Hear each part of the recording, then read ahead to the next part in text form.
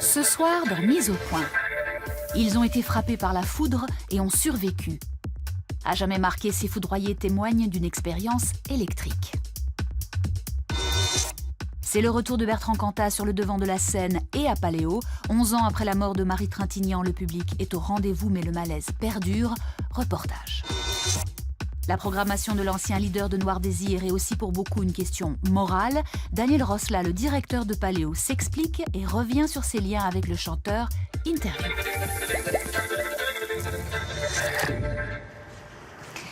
Bonsoir à tous et bienvenue dans cette édition estivale de Mise au point. Je suis ravie de vous retrouver à Nyon, au Paléo, au terme d'une semaine où l'on a beaucoup levé les yeux vers le ciel, d'où nous viendra le soleil ou l'orage.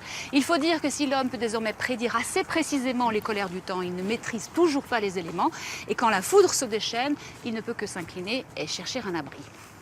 Parfois mortelle, la foudre blesse le plus souvent. Ceux qui ont été touchés s'en retrouvent à jamais marqués dans leur chair, mais surtout dans leur esprit. Ils ont raconté leur expérience à Béatrice Guetpa.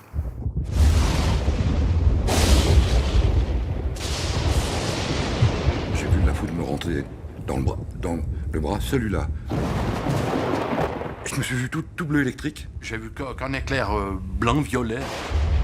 C'est tout ce que je me rappelle.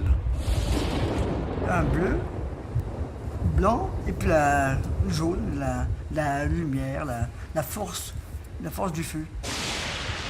Des couleurs, de l'énergie, la violence du ciel terrifie et fascine depuis toujours. Chaque année en Suisse, 3 personnes sont tuées par la foudre. Ceux qu'elle a épargnés en parlent avec un respect particulier. Récit de foudroyé.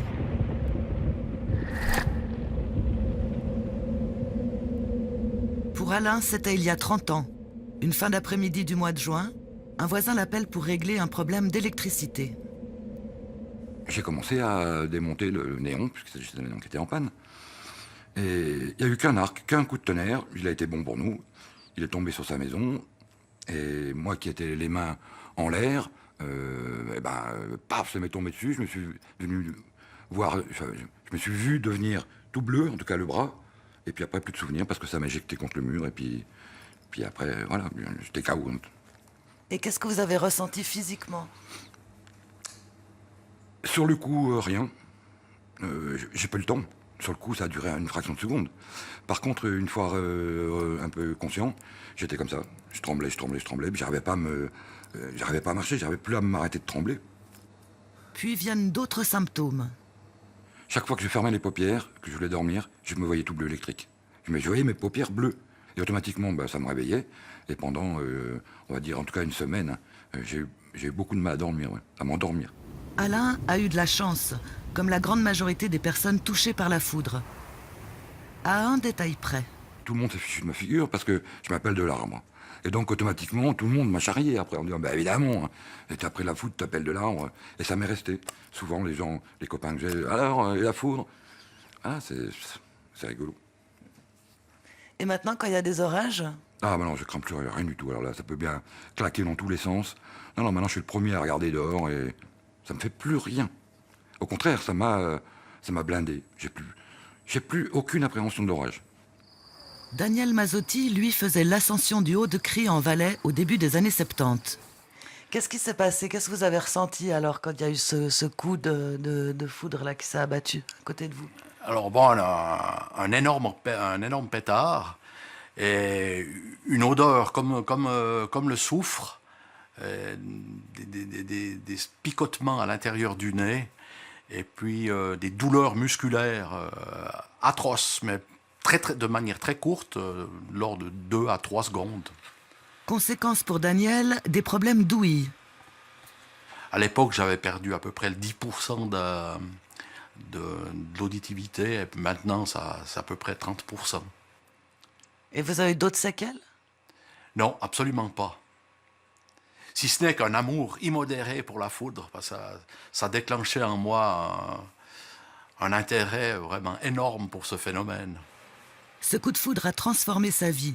Daniel Mazzotti en a fait son métier, météorologue et spécialiste en foudre à Chameson, de quoi devenir presque mystique. Je suis un libre penseur, je ne suis pas un mordu de religion, Mais je traduirais ça par... C'est comme si on avait le bon Dieu qui avait posé... Le bon Dieu ou le diable qui avait posé sa main sur notre épaule. Car la foudre a beau être passée à la moulinette par les scientifiques, elle garde sa part de mystère. Pierre Zweihacker a passé toute sa vie à l'étudier dans le laboratoire haute tension de l'EPFL. Mais il en a fait un livre qui retrace ses légendes. Comment vous comprenez, vous, ce côté quasi mystique de la foudre? Oh, bah, c'est quand même, je pense, la violence du choc. La foudre tombe à un endroit ou à un autre sans qu'on puisse dire pourquoi. Même scientifiquement, on ne peut pas expliquer pourquoi. Disons, c'est une question de probabilité. Mais alors, ce côté aléatoire, évidemment, ça laisse une marge d'interprétation que, en général, l'esprit humain n'aime pas ce qui est aléatoire. Hein. Pratiquement dans toutes les religions, on a la foudre joue un rôle. Il y a souvent une divinité de la foudre. La divinité de la foudre, elle est souvent aussi le patron des divinités, parce que celui qui peut manipuler cette arme hyper puissante, c'est en principe le chef. Une foudre tantôt châtiment, tantôt grâce. Chez les Romains, quand un esclave était frappé par la foudre, pour autant qu'il n'ait pas été tué, il était affranchi. Non pas par compassion, mais parce qu'on estimait qu'il avait reçu une marque particulière de Jupiter qui faisait de lui un être qu'on ne pouvait plus considérer comme un esclave.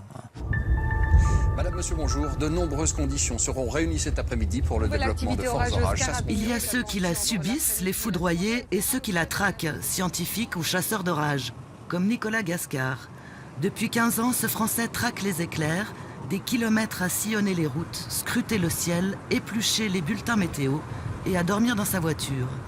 D'autres se terrent, lui s'exposent.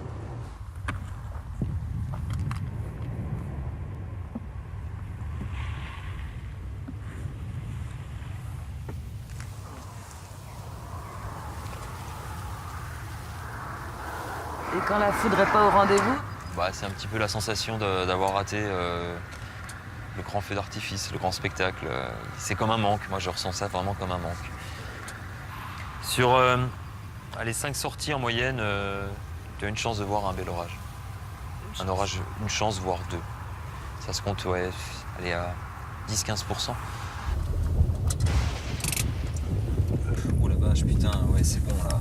Ouais, ça commence à vraiment foudroyer. Ça part très vite. Ouais, c'est quasiment sur notre position déjà. Oh putain. Ouais, foudre.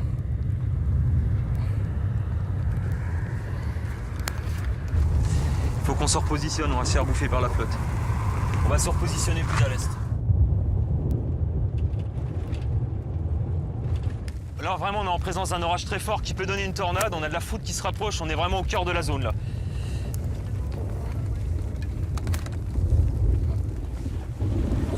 Ouais, on est vraiment dessous là, ouais.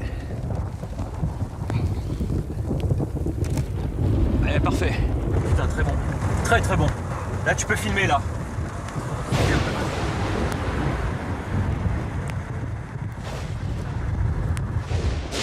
15 ans à défier les orages à coups d'objectifs, un balai solitaire, obsessionnel. Un métier dangereux dont il ne vit qu'à moitié.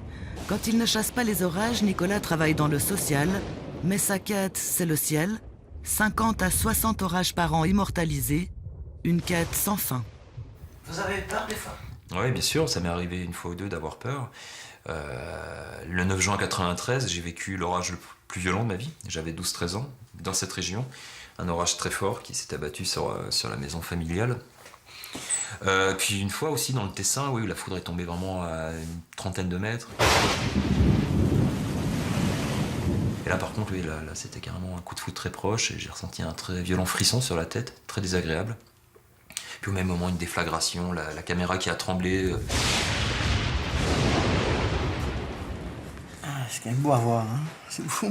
C'est beau? Ah oui, tout à fait. Richard Arbé, pompiste à la cure pendant 40 ans, a lui aussi été foudroyé. C'était le 13 août 2000, un jour qui lui a laissé des marques indélébiles. Voilà, c'était un dimanche, environ 18h. Alors, une voiture de passage s'est arrêtée pour faire son plein. On parlait du beau temps, il faisait un ciel tellement beau, bleu. Et puis tout à coup, un éclair s'abat. Richard sent une brûlure lui traverser le corps. Et vous avez vu la foudre? Ah, bien sûr, bien sûr. Il était devant mes yeux, là. Il s'est transformé comme les bougies, en 3 couleurs. 3 couleurs? En 3 couleurs. Une beauté. Une beauté, parce que ce sont des choses qu'on ne peut pas voir tous les 100 ans, des choses pareilles, heureusement. Richard a perdu l'ouïe d'une oreille. À chaque fois qu'un orage approche, ses anciennes brûlures se réveillent. Mais ce jour-là, il en est convaincu. Il a aussi été élu. Je peux rien, mais c'est un don que j'ai reçu, ça, ouais. Pour soulager les personnes qui souffrent des brûlures comme ça. Même sur le soleil aussi, c'est pareil. Sur toute brûlure. Moi, je comprends rien, je suis pas un petit pompiste. Hein. Mais la foudre a peut-être encore d'autres vertus. Les éclairs tissent parfois des liens étonnants. Vous vous êtes rencontrés grâce à la foudre? Ouais, suite au foudroiement de Richard. Client fidèle. Quelques jours après, ouais. Comment ça s'est passé? C'est passé que j'avais entendu parler que donc un pompiste de la cure avait été foudroyé. Et, forcément, ça m'avait interpellé, ça m'avait en même temps fasciné.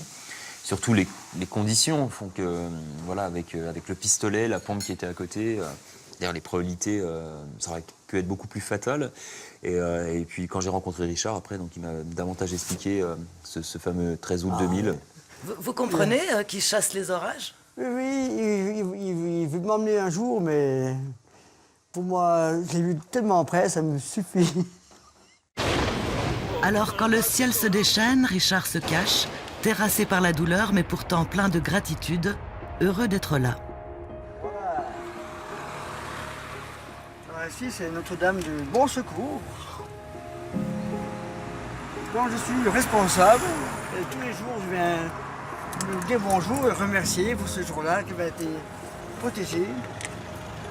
Vous en occupez, vous la nettoyez? Voilà, alors je mets des fleurs, je la nettoie. Puis, en question de remerciement, on peut venir prier, d'avoir protégé la cure. Et ce jour-là, j'aurais pu prendre feu, vous voyez.